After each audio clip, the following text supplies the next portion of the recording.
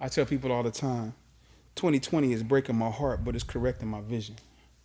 I understand now why God allowed me to go through, and I understand now why I even made bad choices. There were some things He needed to purge out of me. But when it comes to this music, like now, back into it with my partner, on the level promotions to be on the level. Ain't no sense in me trying to do on the level records or none of that. Heavy Empire is the game. Heavy Empire has been made. Heavy Empire before Empire the movie. My homeboy Boogie, they named him Heavy. They used to call him Hev. He was in a group with Donald XL from XLP Distribution, who's done a lot of records for P, who's doing a lot of the mixing and mastering for P now. Our distribution deal is national, digital, solid copy. We got Axe, Grim the Ghost, Grim Reaper the Ghost, who died 2 months ago. Broke my heart.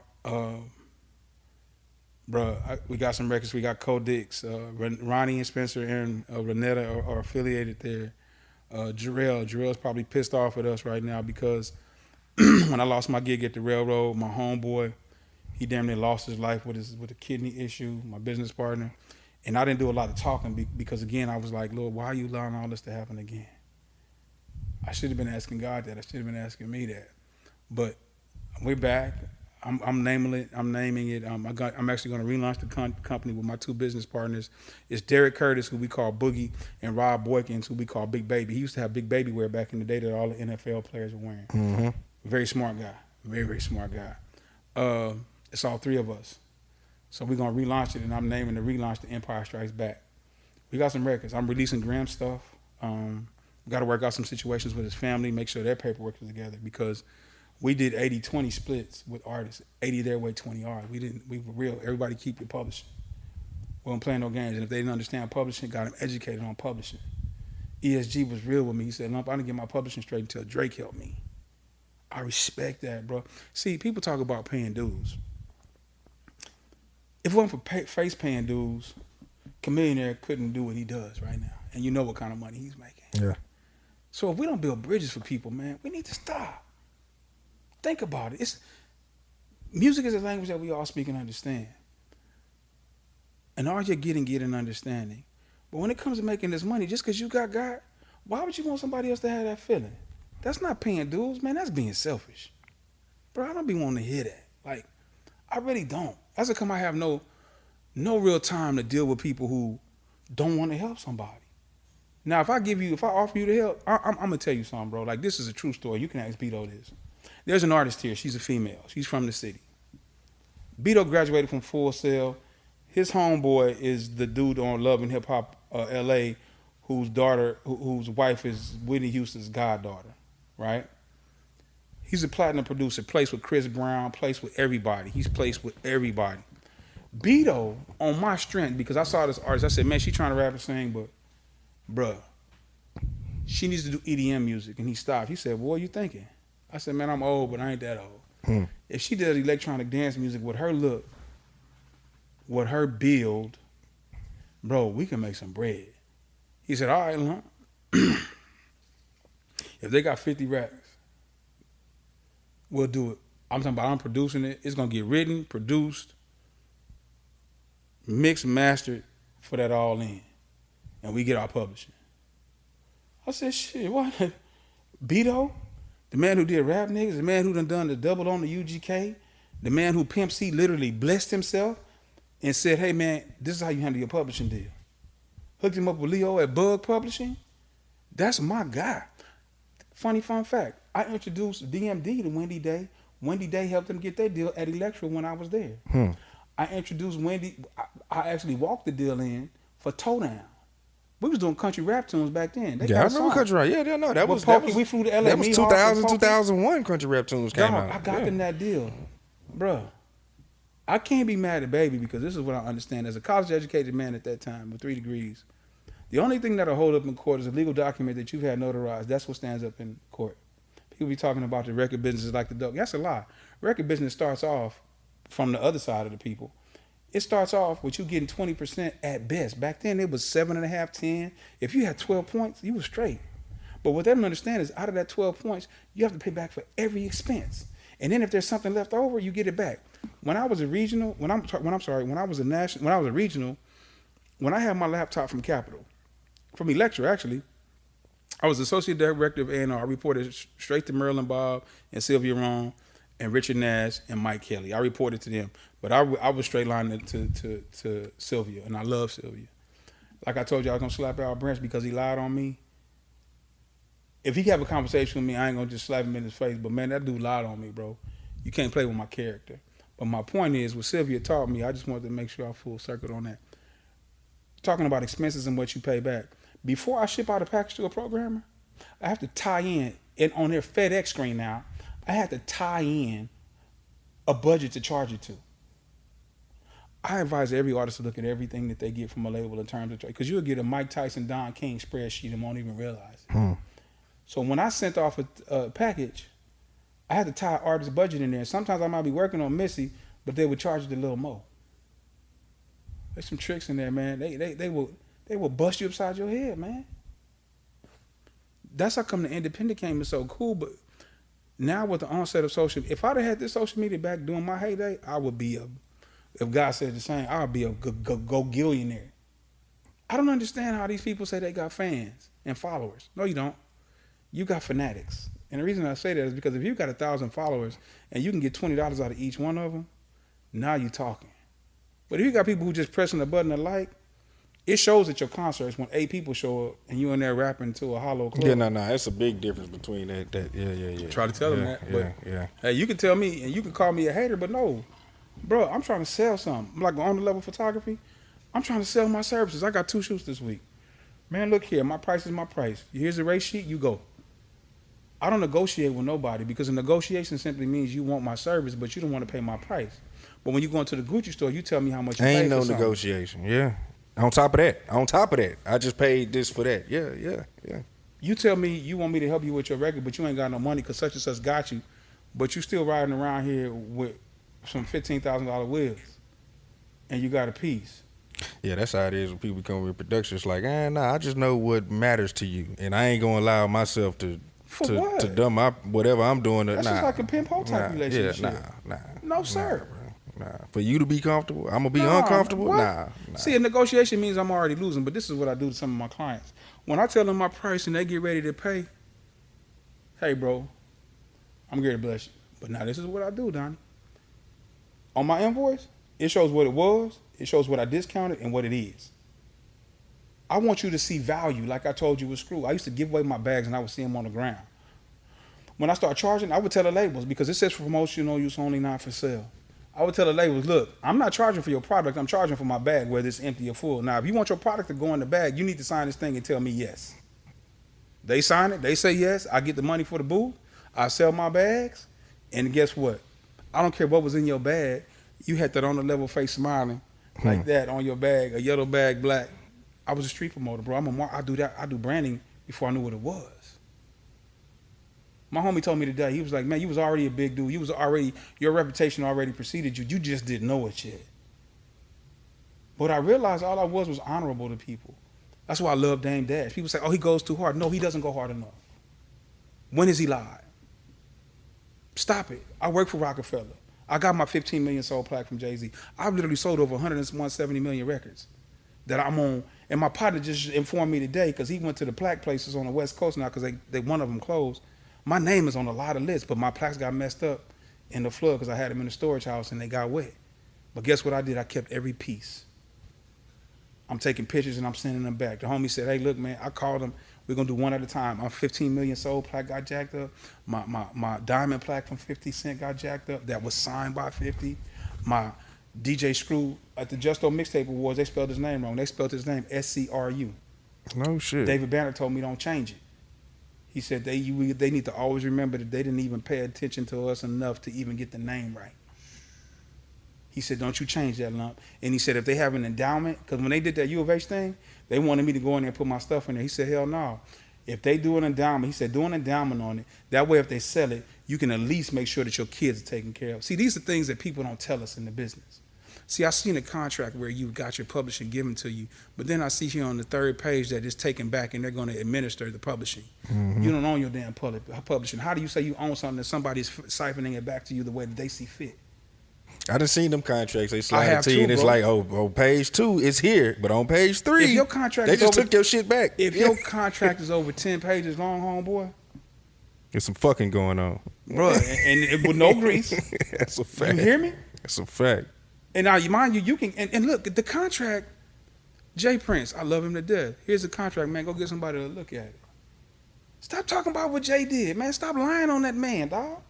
You signed that get contract. too anxious and so you you mean sign to tell me I'm gonna give you a contract? I made all of them. I invested all of the money. You had all of the talent, but I invested all of the money. And you think I'm gonna give you a contract that's gonna be favorable? No, I got to get my investment back, dog. I love Jay, and I understand. Like right now, Jay gave me actually my first plaque. Big D walked in there. It was a little misunderstanding. I had to go to the compound. We got a great understanding. Jay knew me before I knew Jay, because that's who he is. Wise, wisdom beyond his years. I love Mr. Prince. I call him Mr. Prince because he deserves that. You hear me? I made a Legends Award for him and Tony Draper. Made a Living Legends Award for them. Made a Pioneer Award for K Reno, who I think is the best rapper on the planet. Face is my favorite. K Reno, Who Can Die. Big D, I honored them. I made Face cry at the West Fest in front of 15,000. I gave him that plaque in a shadow box that I had custom made through 3 layers of glass. Because that's my partner. And he's the GOAT. Okay, how do you say he's the GOAT, Lump? Jay-Z, J. Cole, Kendrick Lamar, Cube, all have Face in their top 5. So your favorite rapper has him in their top 5. He did it in a solo. He did it in a group. He's done it for 30 years. He's remained consistent. His stories he's have changed. still dropping heat, man. And like you ought to hear what deeply. he's working on right now. Come on, man. Dog, the man called me, FaceTime me when COVID hit. He said, Lump, this is real. I had to hold it together for my partner. I wanted to break down. I took the picture. He tricked me. He told, go take some pictures in the neighborhood that you think would be fly. Keep it fake, keep it street, keep it me, keep it Face. And I'm going to take care of you for the insides of the cover. He said, man, your phone, he said, you got one of them raggedy-ass phones, Lump? I was like, no, nigga, I got AT&T. I got AT&T, cuz. He said, you got AT&T where you can look at the picture when we talking? I said, yeah, dog, I'm just like your little raggedy phone. He said, watch this, cuz. Watch this, cuz.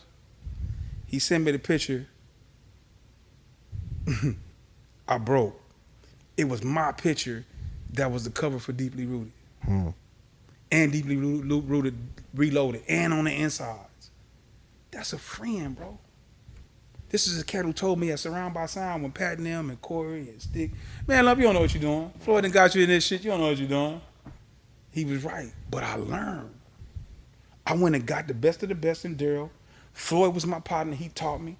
I had homies like Born Twice who knew me through my sister. My sister used to talk to his brother in Royal Flush, Sergio, the DJ. I've always been surrounded by this. So when cats started going to Miami and going to LA and going to New York, man, I'm gonna forget more than you're gonna ever remember. And they'll tell you, I put Houston on my back. I'm an LA cat. I put Houston on my back and told them, Slim Thug, Mike Jones, Chamillionaire Paul Wall, Sylvia and them thought I was crazy. Everybody came back. But one thing I will say about my East Coast partners, Lump, you was right. Lump, you was right. Kevin Black, Lump, you were right. I've been blessed, man, and I know that it ain't got nothing to do with me. I give God all of the favor and the credit simply because when you see the good that's in me, you see the light of God that's in me. I'm a crackpot at best. I'm a broken up vessel. But when God shines his countenance through and the rays fill up the holes, it ain't me, bro. He used me as a tool. I'm just an instrument. I did what he said do. And when I didn't, he tore my head off the frame. Yeah. He already told us he was a jealous God. You can't have no other gods before him. I did that, homie. I paid the price twice. But my partner said something to me today. He knew that me and Big D had fell out. But I honored him. We squashed the beef. Somebody lied on me. And guess what? I checked them in front of him. Hey, look here, homie. One thing I'll never do is let nobody. And I tell anybody looking at this, man, no matter what you're doing, be honorable, have integrity, have loyalty. And when I didn't have those traits, I suffered tremendously. But what I did was I went back and corrected it. Tony Draper gave me my first shot. Then when Drake, look, my homeboy, Willow Ridge High School, he gave me my first major account. He took the account from Big D because him and Big D fell out. 2 males bashing heads. But they cool now. My point is, after Draper gave me my shot with Relativity, you got to remember, X-BAM, independent label, I had BAM. BAM, literally, BAM stands for a badass motherfucker. And that was BAM. But Rough Niggas Bible was a classic. I watched him record that at Just Fresh Studios on a 2-inch reel. I watched him do that. As Screw was coming in before us, working on 3 in the morning with Russell.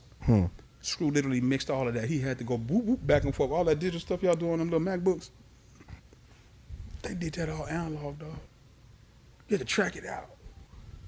Just Fresh is the same one that Pimp C threw the mic at Chocolate Town because the sound was crazy. That was Pimp Chad, you hear me?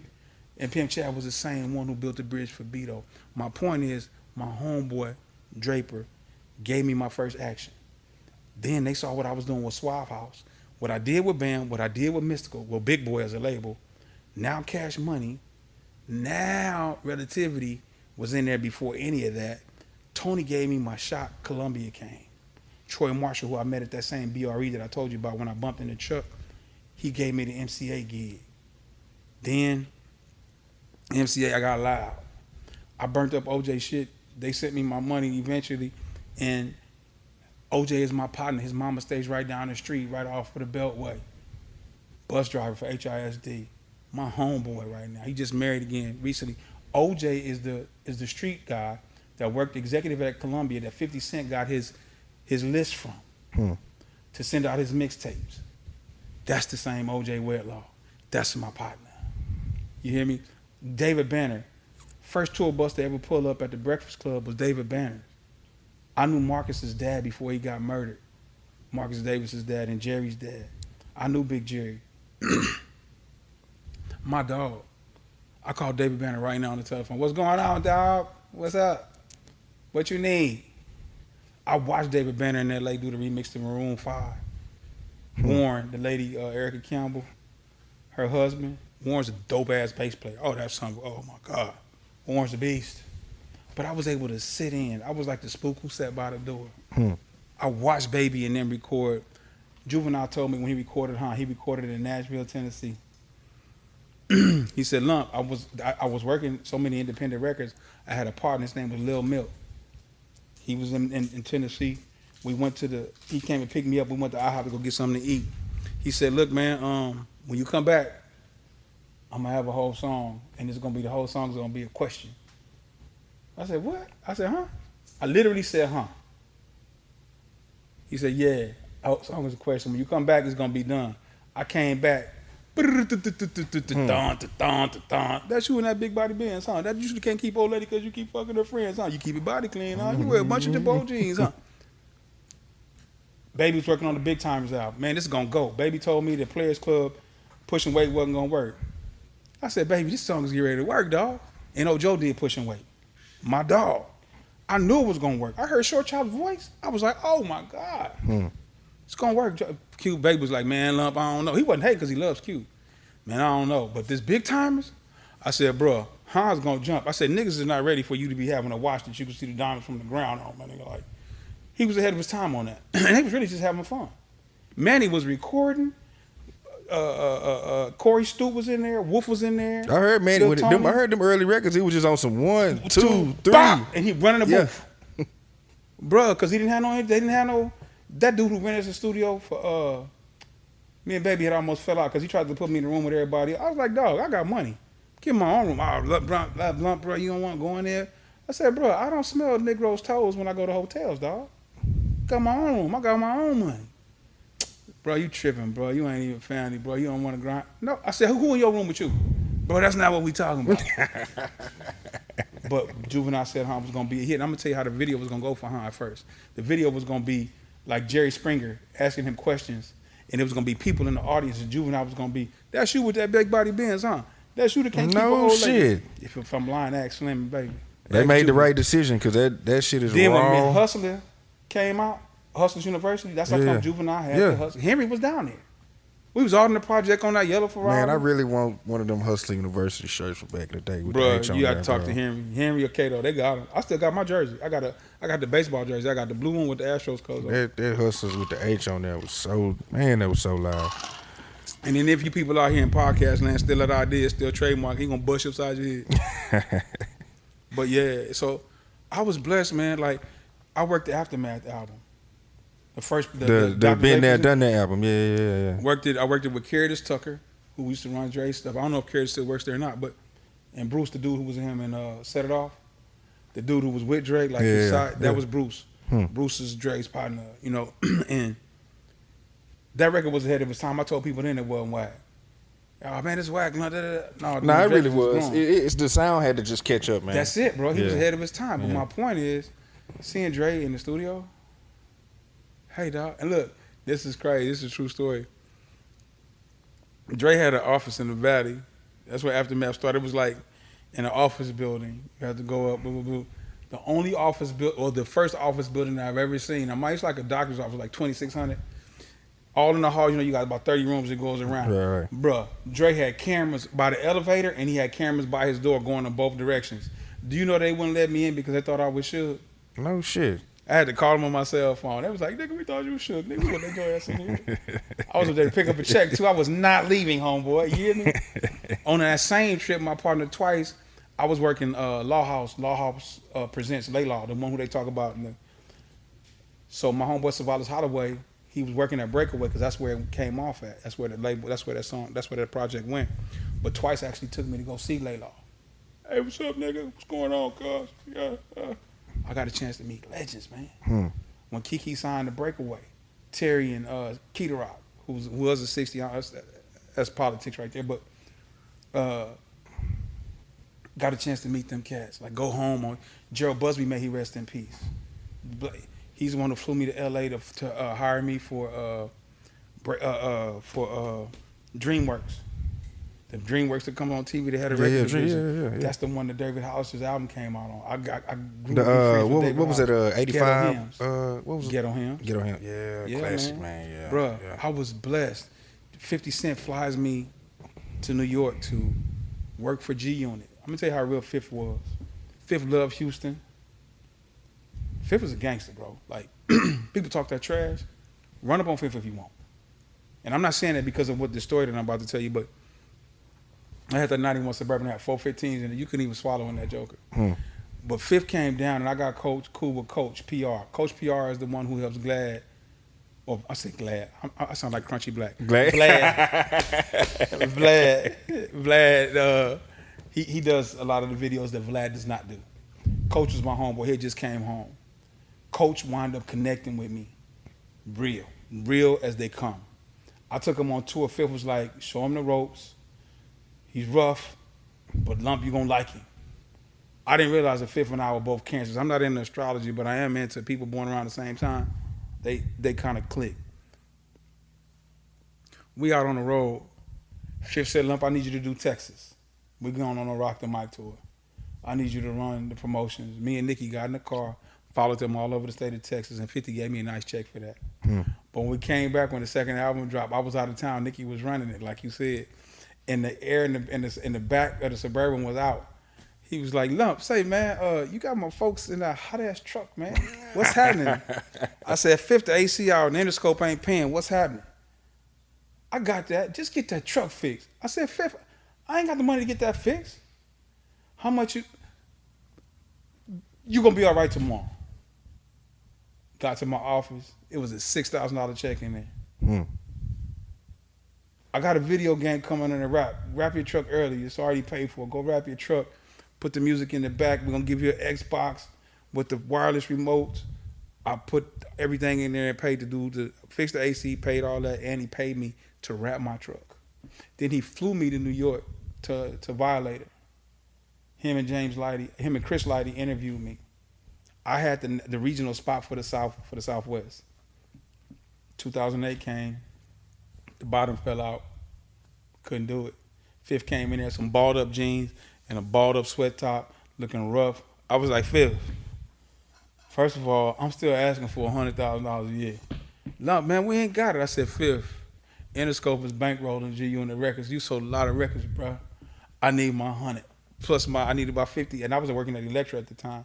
He was just like, matter of fact, it wasn't 2008. It was before that. Or whenever. It was right after Get Rich or Die Trying. I don't want to lie on the year. But he said, bro, this ain't a major label. I said, yeah, it is.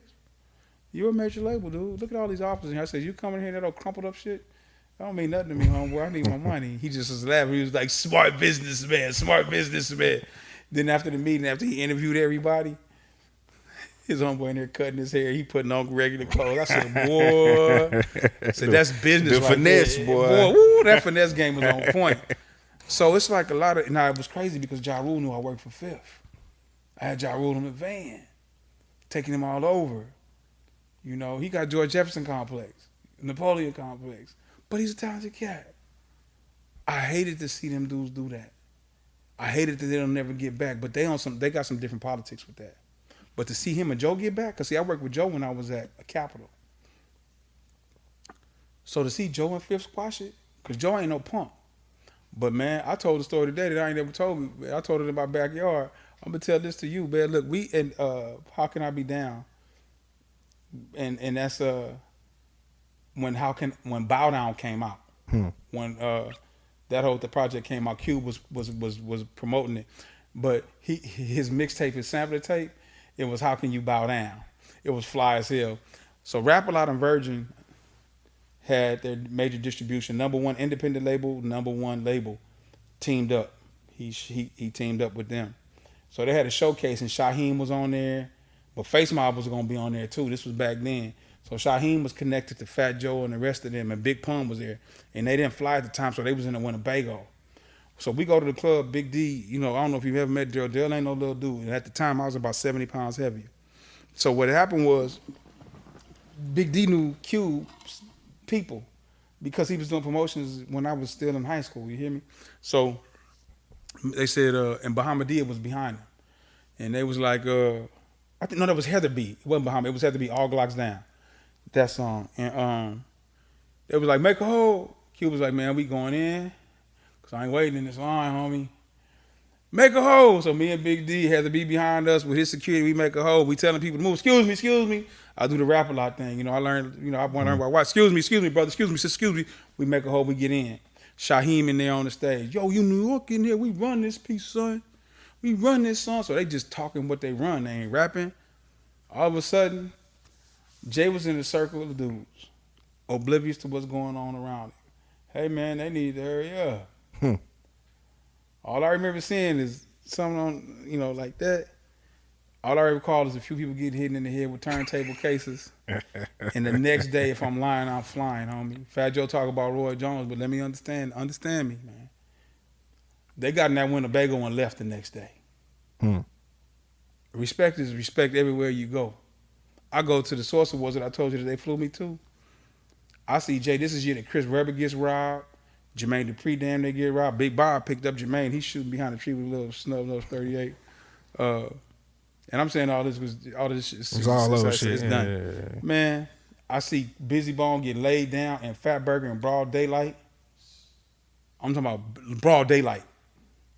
Damn. I'm in Fat Burger like, man, you know, I'm affiliated, so I'm good. I'm cool. You play with me in LA, it's gonna be a little different. But long or short, I see Jay Prince.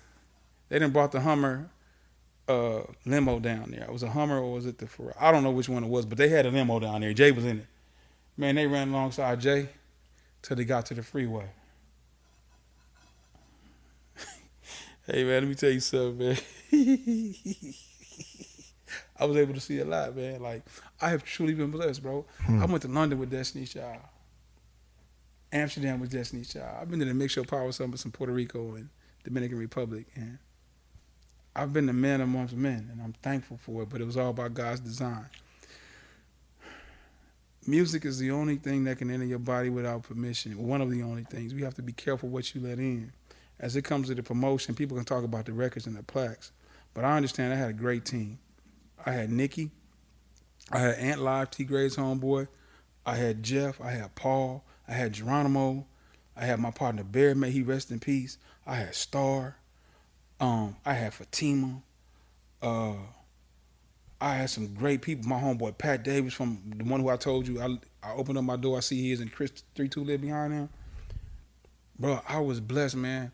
It was my vision, but I helped make it everybody else's dream. And the only reason why I'm in this position right now, 25, almost 30 years later, however long it's been, from 95 technically until now, is because God blessed me to see it. From leaving the business to go work for the Star Hope, Floyd came home. When my partner Floyd went to go sit down, he went on vacation for 10 years. All he had to do was utter my name. I would have been next to him. Loyalty is everything to me. Respect is something else. So even in my selfishness, my partners who love me, they got it out of me. That God used them to knock it out of my hands, you hear me? To tell me, Big D tried to cuss me out because he came to the house because I was just depressed. He wants you to come, like I said, depressed, deception, deceive, priorities out of line. God ain't first, he can't be second for the believer. Bro, I'll even share this because somebody that's looking at this is going through this. In 2010, ask Beto if I'm lying, I wrote out my obituary. I was tired, bro. You go from having an 815, 820 Beacon store, living in a 3,600 square foot condo. Money ain't a problem. You got 6 figures in your personal and business, checking and savings. I was blessed, homie. And then one day you look up and you at the gas station trying to figure out gas or groceries. Depression is real, and I suffer with it. And even as a minister of the Lord, like, depression is energy, it's a spirit, and you have to guard it against it, because you have to remember that the devil can only do what God gives him permission. And that's when those times and those moments that you don't understand, that's when you reach out. Use discernment. But my obituary written out, 5th Sunday, January, pistol in my mouth. I'm pulling the trigger on my 45. The phone rings and it scares me. It's my mother. My ex-girlfriend called. I text her. She didn't call me. I had made up my heart, not my mind, but my heart, to pull the trigger. And I text her. I said, Crystal, I love you. No matter what you hear, I love you. Don't ever trip on that. One of the few women who's ever met my mother. Flew her to L.A. Mama fell in love with her. My grandfather fell in love with her. We had separated or whatever. She was crazy. She's from Detroit. She's retarded. But I love her. She's remarried now. She's good. Not remarried, but married now. She called my mama. My mama said, what's wrong? So you got to remember, I was here. I would only go home for 3 months. So my mom never got a chance to see this. She could only hear. She saw me on BET a couple of times. I said, Mama, I'm tired. She was like, baby, you got to be untired. That's when I went to go. My daddy came to my house because he found out what had happened. But Beto still has that obituary. I sent it to him. He said, homie, I don't know what you're getting ready to do. He said, but I think I know what you're going to do. He said, I love you, homeboy. I met him through, when I helped DMD get the deal, through Sean Dre, the dudes who were in Jay Will, the executive producers of Inner Soul. Beto was my young connection. He knew me before I knew him. He's the one who talked about G Slim, who I got tattooed on my arm right here. Big boy artist that I love to death, who got killed for playing with guns and gangbanging. Pulling guns on cats and not using them. Music. He made a song, again, can't unsay a thing, can't undo a thing.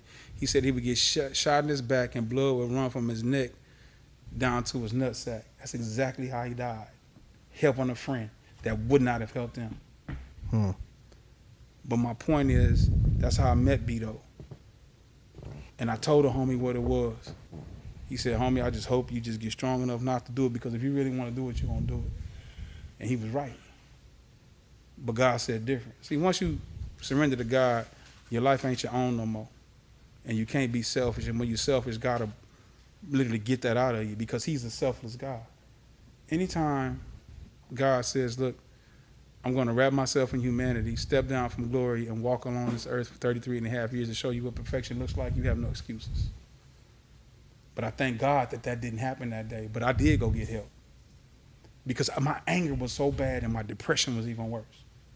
I asked Dr. Reichman, I said, Dr. Reichman, am I crazy? He said, Orion, I'm going to tell you after your 3rd day. Your 3rd session, I'll tell you. He said, I said, Doc, am I crazy? Right here in Rice Village. He said, no, you're not. He said, but you're in an industry that does not have a real concept of love at its surface. Only at its foundation with real people. This is a white guy, graduated from Rice, did his master's, his doctorate at Duke. I had to research him before I was like, man, I'm not going to go talk to a psychologist because they ain't here to give me no pills. He said, Orion, if I give you pills, it's really going to just deaden you. But if you work out 30 minutes a day, your endorphins will pop, and any pill that I give you can never deal with what God naturally has for you. He said, you're a smart man. You're an educated man, very well-spoken man. He said, settle down, face your demons. Nikki used to always tell me, put a face on it. She was right. I was so entranced with helping my friends that I gave away all my bricks, and I don't mean drugs. Story goes, a man was building a house. A very wealthy man. He had his bricks there first because he got a great deal on them. As he was building his house, people came by and was like, man, look like you got a lot of extra bricks. He said, here, have some. Friends came by, man, I'm doing kind of bad. Can you help me? Here, have some. He said before he looked up, he didn't have no bricks. He gave away all his bricks. So the dude asked him, he was like, man, what would you do different? Because he was in the subway in New York begging. He said, I'd have kept my bricks, built my house, established a strong foundation.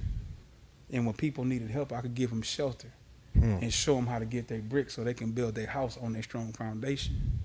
Young man, don't give away your bricks. But I thank God that I went to go see somebody to help me with my anger and my depression. How many kids do you see now? How many artists do you see now giving up, giving out? They're living personas that aren't real. Look how quiet it's been on social media. Ain't nobody flashing on money no more.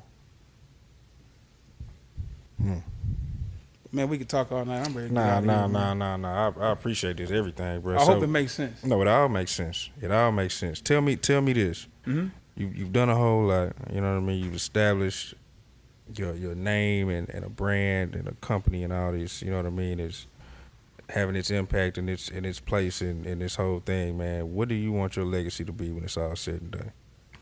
I want my daughters to say he loved God and that he provided for us, he protected us, and he preached to us. I want my daughters to say, provide, protect, and he was our priest.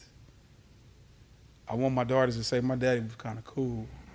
But more importantly, I want my daughters to say, my daddy left a legacy. I'm in an industrial hemp that produces CBD that literally helps us. I am a distributor for Jinka now. Jinka is a turmeric-based product. When I worked at the railroad, my ankle would swell. I was on metformin because I was living in the drive-thru, and drive-thru ain't nothing but death in the bag. So I sell Jinka now. Turmeric-based, garlic, ginger, cinnamon, nutmeg, sea salt. Terry Franks, the DJ, his blood was 330. He sent me a text today. I showed my homie. It's 109. It's changing lives. I want my daughters to be able to say, my daddy helped make us better. He helped make people better. I thought that I could do it through music, but music was a conduit. I'm still going to be good at this music, but now I get to do it on my terms. I don't have to get no snotty-nosed artist, somebody who think that, and this is my point. The thing about the Beto story was this, and I hate that I didn't finish that, but that artist that we came and he was going to give that 50, that if they'd gave us that 50 racks too, she was like, oh, that sound good. But Lump, what do you do? I said, it's all good. Don't even worry about it. You know. But my point is, I don't ever want nobody to have to say that. Lump, what did you do? I want other people. See, eulogy when you die. See, I'm not scared of death now because I didn't have the pistol in my mouth. I done been shot out by Negroes who wore red and I wore blue in L.A. I done that. Death don't scare me. When you're in seminary school, you write out your obituary, but when you're literally in a life and death situation, you have to write out your obituary like I did. It changes you. It makes you realize what's real and what ain't. And it makes you realize who's real and who ain't. So I want my daughters, a eulogy simply means to speak well of. I want everybody else to preach my funeral. I want them to speak well of me. But in order for them to do that, God is going to have to be present because it ain't about me. I'm doing this for them now. I got 3 biological daughters and 1 bonus daughter.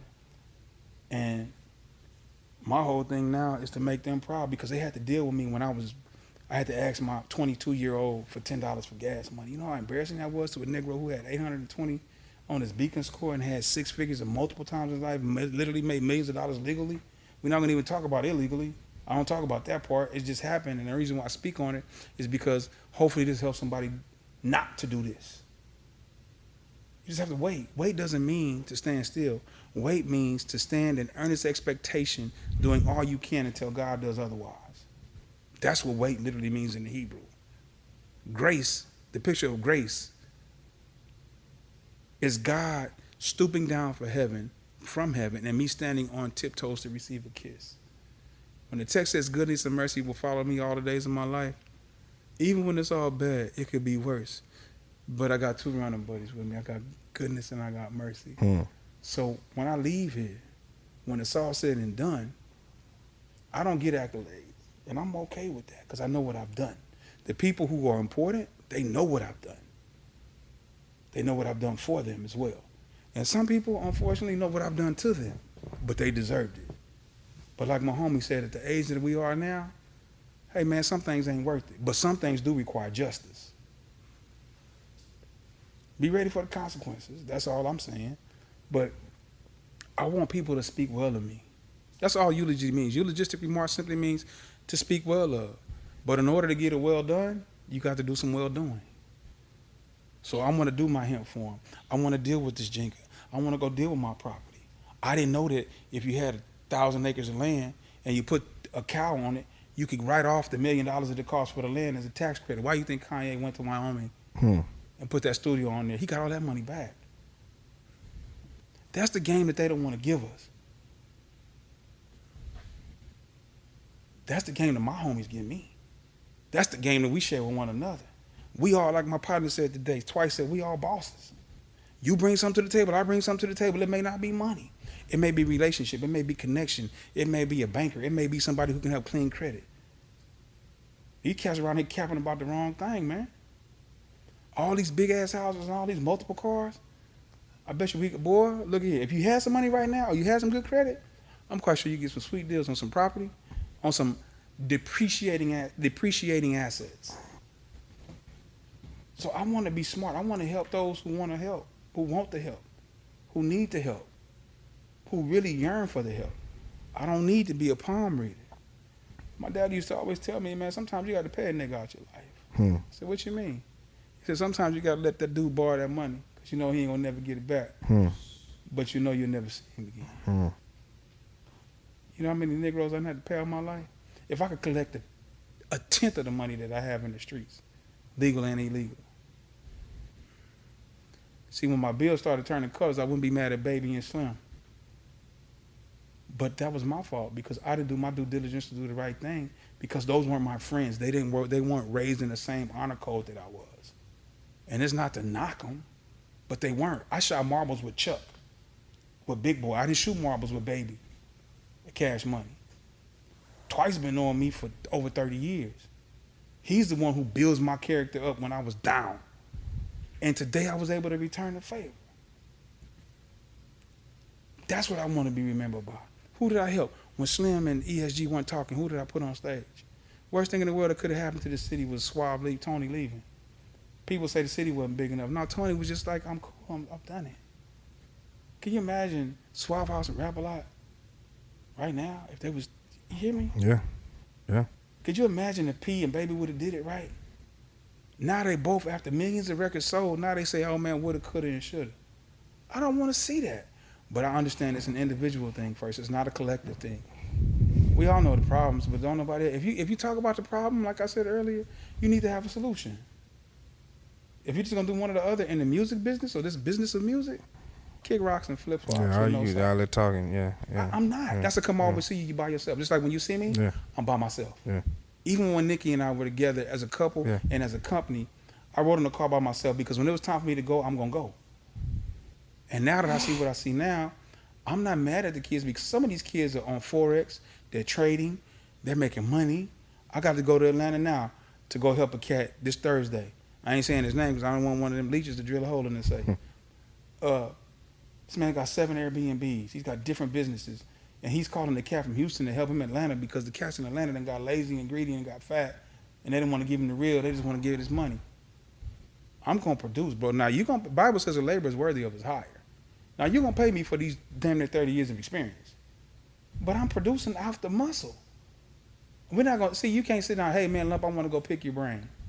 No, I used to be 360 pounds. I know how to eat. It's on the level consulting and it's $100 an hour with a 2-hour minimum. If you can't give me 200, you see anytime somebody say, Donnie, hey man, money ain't the problem. That's gonna be the first problem. Hey, oh, some real shit. Yeah. Oh yeah, money ain't a problem, man. Yeah. That's the first problem. Yeah. I learned that the hard way. My artist Code Diggs got a song with K Reno and Graham on it. A hard way. It's a hard way to learn sometimes, bro. See, people say, man, I learned my lesson. But did you apply it? Yeah. Why are you repeating it again? Why? I laugh now, man, because it's just like, dog, but I'm 50. You hear me? I ain't 25 no more. I ain't 26. I ain't just getting out of U of H in 94 at 24 years old. So 26 years later, at 50, I'm cool, man. Still look good, lost weight. I think I'm cute. If I lose 40 more pounds, nigga, I'm putting on Under Armour. It's going to be an Under Armour Christmas for a nigga around here. You hear me? Already, man. That's what's up, man. I tell people all the time, man, as a DJ, man, like, on the level was just so important, you know what I'm saying? And that used to be the highlight of my week, pulling up, you know what I'm saying? When I was over there on Post Oak, I remember when it moved over there behind the Kratz, you know what I'm saying? 11246 South Post Oak. Man, come on, man. It ain't even there no more. Come on, I'll pull up in that black Benz, be out there, you know what I'm saying? Lump no out more. there. My black Lexus. It was a Lexus, yeah. That was given to me by Baby from Cash Money. No shit. I remember I pull up and I'm like, okay, Lump here, all right, because every time Nikki was always there. Always, yeah, I'll be there sometime. When I pull up in that black Lexus out there, okay, Lump here, okay, all right. And I was cool with everybody. Everybody used to say I was mean. I was just straightforward. It was straight business, man. I just looked at it like that, like Lump is here for business. I would talk to Nikki for the most part. She would hold conversations because she was right there. You know what I mean? But again, I was a single child. I was the only child until my sister got here when I was 18. And then my other sister, like, she came at marriage, but she stayed in a different household. And her little brother, I took on as my own, would have been a hell of a football player, but he had dyslexia, and they didn't diagnose it until he was in the 12th grade. I said that to say we have to invest in our people more, and we have to give people chances. And this whole situation with black-owned businesses and minority-owned businesses have to do their part. They have to provide excellent customer service, and they can't have attitudes. But we have to give our people a chance, because when we had bad service to Steak 48, we go back and take pictures and promote it for free. That's the thing, too. I'm not doing it got to be a little room for that, because it's got to be wiggle man, room. we all figuring that out. Yes, we are, everybody bro. figuring it out. And you know why we have to figure it out? Because ain't ain't nobody bridges. Right. But now that ends because, again, like I said earlier, it's an individual thing before it becomes a collective. I see people get on your podcast sometimes, and I know you being super cool with everybody, but some people, I just be looking at them like, dog, you need to tell the story from the beginning. That's me, though. And I know that's why a lot of people don't like me around, because I know how you started. Like, don't do that, bro. You come around me, it's going to be the truth, or we're not going to do nothing at all. KLC, Beats by the Pound, they really weren't active participants in P's situation. You know why? Because they own a catalog. If you're going to tell the story, tell it all. Because you don't know who you're going to help being transparent. See, I could talk about my depression and me almost committing suicide on your show because I know it's going to, it ain't for me. I could talk about what I used to do because we all used to be some. Some of us used to go to church. Some of us used to be gangsters. Some of us used to be dope dealers. I ain't none of that no more, so I ain't worried about what I say. And I'm not going to incriminate none of the homies. I had a homie check me today. Hey, man, watch what you say on the phone. Because sometimes I'm so complicit with being who I am, that don't mean that my partner is. I still have a code that I have to live by. See, Jesus didn't even like snitches. You see what happened to Judas. Some things, bro, you got to make your lips touch real hard. And in this music business, you ask me, what do I want people to learn from my mistakes. I need you to be a better owner level. I need you to be a better Lump. I need this young lady to be a better Nikki. That's what I need. Because my family, hook or crook, and I mean that, hook or crook, my babies are going to be straight because they dealt with so much, man. 22, 21, 11, and 8. Yeah, so different every part of life. That's because I was bobbing when I should have been weaving. You hear me? But the ability of it is But I'm saying they've seen you through every phase of life, though. The oldest one has. Yeah. So it's like now, she's like, you know how many times I've had to get thrashed for being Beyonce being my middle name. People just don't even get it, and I'm tired of explaining. But it would be nice for them to come up in the house and see a Destiny's Child plaque. It would be nice for them to see the picture that I took that picture of Screw. You hear me? It would be nice for them to see me and Scarface was partners, and this is my friend outside of music. But it was music, again, the language that we speak, that brought us together. Twice and I started out as friends because of a connection from his brother that dated my sister, but it turned into something else. But music was the foundation, you know. So God, I can't run from it. It's in me, not on me. Yeah. You know, so I'm not tough guy. I was just a cat who was put in a position. I had a big homie look out for me to show me how to do what I was doing, from a friend of mine who I honored and I respected as a radio host, who used to work with my dad, Chunky, that is the guy I told you about with the boxcar story, who hooked me up with D, again, relationship. Tony Draper saw my hustle. See, I didn't try to be the artist's friend. Everybody thought, man, I was cool with all these artists. It wasn't me trying to be no bootlicker or no brown noser, because I'm happy by myself. I love my company. I don't need you. I'm cool. I was the only child. I used to tell my little brother, when he did, something happened that late to some gangsters on the street from my mama's house, and I had to go home and tell my little brother. I said, hey, look, homeboy, I was doing fine before you got here. I went down to the corner of my mama's house. She stayed on the corner, still does, Hoover, Manchester. Used to be an ABC Market. It's an apartment complex right there. I went down to the end of their block. I said, nigga, let me tell you something. Preacher and all. I set this end of the block on fire, and everybody who run this way, I'll drop. Don't you ever touch my mama. Don't you ever talk to her wrong. My partner told me something today, and I'm going to live with it. He says, sometimes things require justice. You got to be willing to lace up your boots. Get off IG. Everybody ain't what they post they be. P-O-S-T. Just be honorable with yourself. Forget about everybody else. Be honorable for your kids. I've had to, Donnie, I done made so many mistakes with my daughters. Man. And it's because I chased this music. Like I said earlier, you got to let the main thing be the main thing, man. And when you honor, what does the text say? If you're faithful over a few things, He'll make you, yeah. He'll make you rule over many. Yeah. My dad told me this. He said, Lump, you're going to be a king in this. And you're going to get everything you want. But God is going to use you to show other people. I said, huh? He said, God is going to use you to show other people. Sometimes God has to break us to build us because our foundations are flawed. I ain't never seen nobody build no strong house on no sandy ass foundation. Thanks. So I literally had to get that straight with a lot of people, because I hated my daddy telling me that. So God is gonna make me the example of the sacrifice? Lord, and I asked the Lord for 10 years, Lord, why do I have to be the one that has to be the bigger person? Why do I have to accept the apology that I'm never gonna get? I was driving on 59 one day. It just as clear as day. The reason that you got to accept the apologies you ain't gonna never get, the reason that you always have to be the bigger person, is because I built you like that. So what my daddy said made sense. It's a 4-hour climb to the top, 4-second fall to the bottom. My grandfather said I've been in both places, and they both overrated.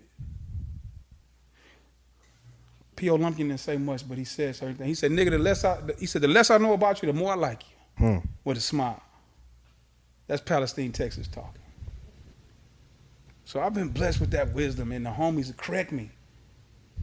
I thank God for Twice, Big D, Boogie, Big Baby, Floyd Clark, Sylvia Rome, Azim Rashad, O.J. Wedlaw. Now this I pause right here. Jay Prince gave me my first action at my plaque. We did 16 markets for Do or Die. We couldn't do the P1 markets because it was a little altercation. We had to do the P2 markets. Jay Prince is a man of honor and principle and respect. And everybody said, oh, you just jock. No, bro. In order to get a bunch of plaques, I had to start with one. It came from Do or Die. Jay Prince honored his word. And whenever I had altercations, I go see Mr. Prince and we figure it out. Everybody could call him JC. I feel like you can only call him Jay if you shot marbles with him or if you grew with him. That's Mr. Prince because that's a businessman. Because you don't call, and if you call a man by his name, you usually call him by his first and his last name. Sam Walton. So I paused for Jay Prince. I paused for Tony Draper. I paused for Charles Temple, a.k.a. Chuck. I paused for Baby and Slim. Even though it didn't always work out, I learned. Some lessons were bought, some lessons were taught. It's okay. I thank God for Bam, my first artist. Because in order for me to get another one, in order for me to get the Mystical, I had to work Bam. I had to work G-Rap and Bam. Flea's older brother from Street Military is G-Rap. And that's me in a nutshell, man. I'm blessed, man. Like, it's just fun doing this interview. I know all of this probably ain't gonna go on the podcast, but I don't care. No. We're gonna run the whole thing. Man, I'm just so blessed with people, bro. And for you to ask me to do this, I'm blessed, man. Like, I didn't get into this deep with that other situation that I done. But, man, your name is Donnie Houston. You got Houston tattooed on your arm. You hear me? Like, I respect that. LA is my stomping ground, and I love LA. Yeah, I got this with these funny letters over here with this tattoo. It means something to me. You know, it don't mean nothing to some, but this same poster is how I bumped back into Chuck. On G Slim poster, trivia, if you look at G Slim's poster, I was in pen and pixel because they did the artwork. It said, it was 2 Impalas on there. That same Impala was the one that was in the Dre Day video when the dude was he was hitting switches. That's that same convertible Impala. That's Eric Temple's Impala. And they recorded the video on Dre and Payne. But that's a whole other story. But on the left, Impala, it's the same Impala, but pen and pixel, they just flipped it. It's Superdome and G Slim chunking up a deuce. On the left Impala, it said ESFDGC. ESFDGC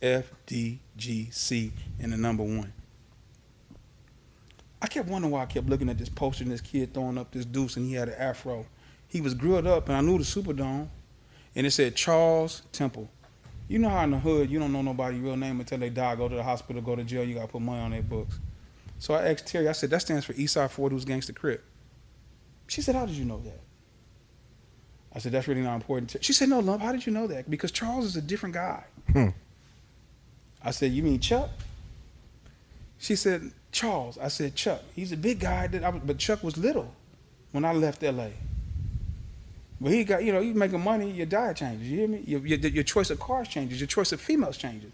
People always act like money don't change. Yeah, you're a damn lie. Money does change. It changes your whole options. life. Yeah. It changes your options. Yeah. Now, if it changes you, That's a different thing. Yeah, that's different. Yeah. But I called Chuck on the phone because that's when the numbers used to be on the posters. J-Dog from Black Menace answered the phone, the one who rap real fast like Twist. He's like, hey, homie, if you are who you say you are, Chuck gonna call you right back. Click, nigga, hung up in my face. I was like, what's this hanging up in my face, nigga? You don't know why, nigga? I'm big open photos, nigga. Chuck was like, Orion Lumpkin. I said, Chuck? He said, yeah.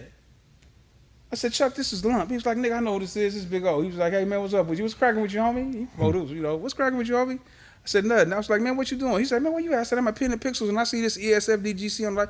He said, you of all people will see that. Everybody asks us what that means. We don't never tell them. I said, man, I know what it is. That's me. He's like, yeah, that's me too, nigga. And he was like, what you doing? I said, I'm doing promotions. And mind you, I've been doing promotions 2 months with Big D. That's the funny part. He said, man, I got this artist. His name is Mystical. I said, Mystic Al? He said, no, Mystical. When I first saw the Mystical shirt hanging up in Pen and Pistol, the way it had it written, I thought it was Mystic Al. So I had bought the G Slam tape, not knowing that it was Chuck. I just remembered I loved the poster. That's how me and Beto got cool. He liked the G Slam. Bought it from DMD when DMD had a rec store in Port Arthur. I heard this dude giving up all his ism on this tape. Then I finally saw the video. I saw Mr. J, the one who I had when I had the altercation, the one who was about to fly down here, my big homie. He's writing a book now entitled Killing My Own Blood Cousin. He destroys all of the things about gangbanging. He literally almost stopped, this is a matter of record, almost stopped Tuki's funeral. Him and Tuki served time together. This is all documented in his book. But he's talking about how gangs started, how they separated, and how Bloods and Crips and blah, blah, blah, blah. But my point is, I was able to, that negative God turned into a positive with the gangbanging. I was able to get my first hit out of Mystical. I was able to travel to Atlanta when Shaka Zulu and Chris Lover, a.k.a. Ludacris, they didn't know what they was doing, didn't even understand the music. Played the screw version of Out That Boot Camp clip on the radio on the air and had to correct it. But the next time we came back to Atlanta, we had towed that hoe up. You hear me? Same way that I did with Mystical at Boomerang. They booed him 2 weeks before. After Greg Head gave me a shot because my homegirl was Kashawn Powder, assistant music director at the box. I had Chuck taught me a trick. He gave me a 60-second commercial and a 30-second commercial and gave me a $2,000 check. He said, go over to Time Warner and wherever you look at TV, play the commercials in there. I said, where I look? He said, wherever you look, that's where everybody else who think like you look. So you go put it on ESPN and wherever else you be looking at. I did it, and it worked. Didn't nobody want to buy overnight spots at the box. I knew people was getting home from the club. That's when I listened to the radio. So I wouldn't even buy spots until 1:30 in the morning when they was cheap. I can get $10 overnighters. I could stretch the budget for 4 weeks. Maybe hit 1 or 2 and get some one-liners, sponsor the roll call. Get Mystical to do a call in. Get Mystical to do a drop. DJs don't even. I asked a young jock here that I know. He better not ever play with me because I got pictures of him pee-popping on stage, backing up dancing for Lil Kiki. And Lil Kiki was the promoter and the on-air jock. I'll let you figure it out. Ain't no slug. I'm just telling the truth. His uncle painted my car. Yeah. So I don't play no games. See, what I have to recall people to is how you started. I'm not doing it to bring you down. I'm doing it to establish a relationship that, brother, some things you need to do based on honor, principle, and respect. And they don't. And that's why the game is messed up. Because they get to a point and they want you to always think that they were here. No, homeboy, you had a foundation to get to there. And you skipped all of this part right here and you're showing people that you're here and you're talking down on them. And that's not cool, bro. And you don't do it on purpose. You can't tell people how to fish. You can just show people how to fish. Let them catch their own fish, bro. But don't down them. Bro, I can show you how to get your credit straight. For real, without the tricks. Bro, I can show you how to go get this. I got partners who can show you how to go get property. Got partners who can show you how to go get this property and write it off legitimately so you don't have to go through this COVID situation and come up with a fake company. They putting people in jail behind that. Everything ain't for everybody. That's what I want to be remembered for. I want to help folk, man, who can't help themselves. Ain't about me. If I do the right thing, see, I learned this in seminary. Dr. James Lightfoot, may he rest in peace, he said, brothers, what is ministry? I'm in seminary class with some strong, powerful pastors in this city when I was in seminary. They were going on to get their masters. I had just started. Brothers were raising their hands, giving crazy ass answers, textbook answers. These are preachers and pastors. He said, brothers, you're thinking too hard. You're thinking too hard. He said, ministry is meeting needs, and meeting needs is ministry. If you do ministry well, God will provide. But if you're doing ministry looking for money, ministry don't take place or rarely takes place. Ministry just meets needs. All I want to do, bro, is meet needs and show people that God still lives in here. Sometimes my English isn't correct. Sometimes I use words that you call curse words, but end of the day, I'm still promoting not a record. I'm promoting my belief system because you buy the record based on the content of the record, but you also buy the record based on how the record was presented to you. If you really got fans, tell me how much money you can get from each one of them. That's a fan. The rest of them are fanatics. I ain't following nobody if they don't know where the hell they're going. And that is, man. Hey, man, I appreciate you coming through. I apologize if I got off topic. Nah, it's all good. It's all good, man. I hope it works. It's all good. If you made it this far in the podcast, man, you got some real good stuff because we about 3 hours in right now. Let's go, man. I got to go eat. I'm hungry. Nah, it's all good, man. Every second was worth it, man. Can I do this at the end of your podcast? Go ahead, for sure. It's something that man. I done got teary-eyed 3 times doing this, but I just want to do this. Father God, Lord, I love you so much. I thank you, Lord, for the ability to be able to speak. Lord, I ask you to allow me to be clear, relevant, and accurate. You're the God who said, let there be, and it was, it is, and it will be. You are the God who says, literally, I can put barking in a dog, I can put mooing in a cow, and I can raise a giraffe's neck. Lord, as I sit here at this podcast surrounded by one of my big partners, twice, audio guy, Donnie Houston, we've all sinned against thee and thee alone. My prayer, Lord, is that you will not only forgive us of our sin, but then cleanse us from all unrighteousness, as it says in your word in 1 John 1:9. But then, Lord, I thank you for the music business and the business of music But I thank you, Lord, for the relationships. I thank you, Lord, for me being able to have a rich, very honest and transparent history in this so that I can help somebody else be a better Lump, a better Donnie, a better Twice, a better Audio Cat. I thank you for that. Lord, it's never about me. It's always about you. And I made a vow to you that, Lord, I will be transparent in front of your people. Today, I pray that you see the sacrifice and the honor and the transparency for your people. Lord, bless Donnie's podcast to do numbers that has never done before. Bless him and his family. Bless him as he walks, as he talks. Give him protection. Put a protection around him, a hedge of protection around him through his podcast, through his production. I pray, Lord God, that you would do him like Jabez and increase his territory. People often wonder why Jabez's territory was increased, but if you read, Lord, they'll find that you increased his territory because he was faithful. God, you honor faithfulness. Lord, even when I wasn't faithful, you were faithful to me, and it's because of that I can sit here now. If I offended anyone, Lord, please let me be the first one to apologize to them.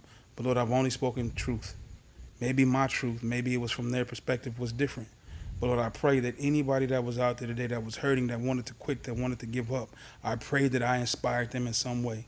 I pray that Donnie has his platform and it just grows exponentially so that he gets the sponsors, that he gets what he needs to continue to do it bigger and better every time he does it. Lord, I'm just always impressed by the song, and I say it every day. The old hymn that says, I love you, Lord, because you heard my cry and you pitied every groan. As long as I live and troubles rise, I'll hasten to your throne. I'm crazy enough, Lord, to thank you for troubles because you told Paul that your grace was sufficient. Even in you not removing the thorn, grace is sufficient. I thank you for the trouble because the trouble keeps me close and honest. Bless Donnie, bless Twice, bless the brother here with the sound. Lord, continue to bless my life. Like Donnie said, what do I want to be remembered for? A legacy that I left for my daughters, that their daddy was a man of God, a man of character, a man of class, and he left us something tangible so that we could actually be better, but he left us the intangible. He gave us morals, he gave us clarity, he gave us respect. That's what I want to be remembered for, Father. I thank you for it all. It's in Jesus' name that I pray and ask it all, that your will be done, and dwell us with your Holy Spirit for discernment to be better. Amen, and thank God. Amen. That's what it is. It's Donnie Houston Podcast. Lump. We out. All good, man. Yeah, All good. Thank you, brother. Thank you. And all y'all who don't believe in God, that ain't my fault. Donnie Houston.